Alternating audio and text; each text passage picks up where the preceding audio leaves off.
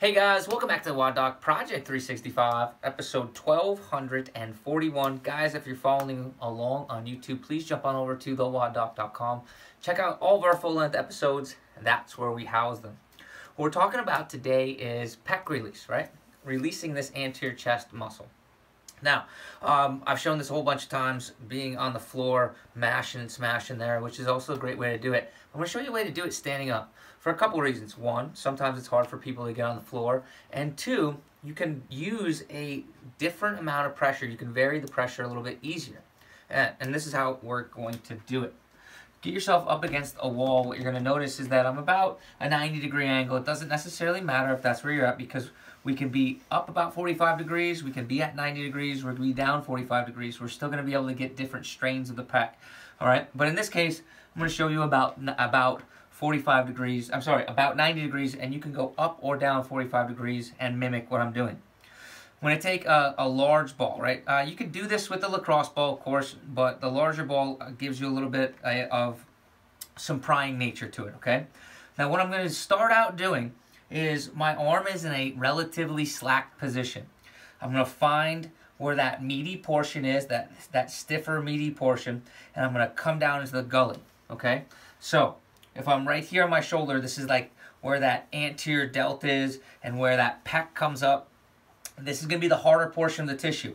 If I pull inwards, I'm going to fall into that gully where it's just mostly pec tissue, okay?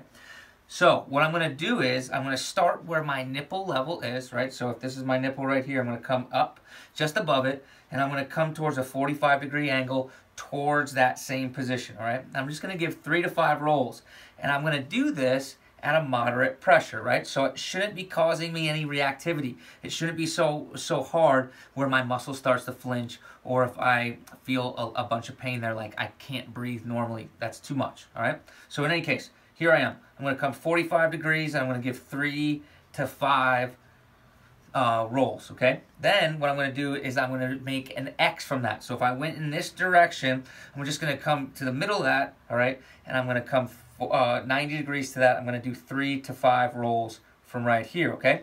Now, I'm just going to turn my body away, my torso away just a little bit more, and I'm going to lean a little bit farther.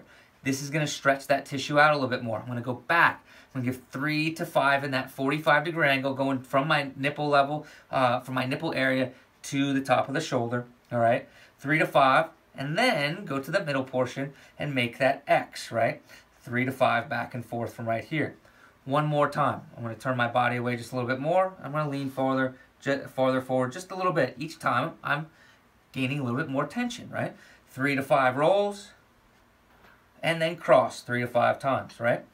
Go ahead and test and retest your overhead mobility. See how you feel with that, okay? It's a great, gentle way to loosen up that pec tissue. Test it from left to right, too. Gives you a good example of how does my left feel versus my right, because that's my treated side versus my untreated side. Questions, comments, post them below. And until tomorrow, we are optimizing function to optimize performance.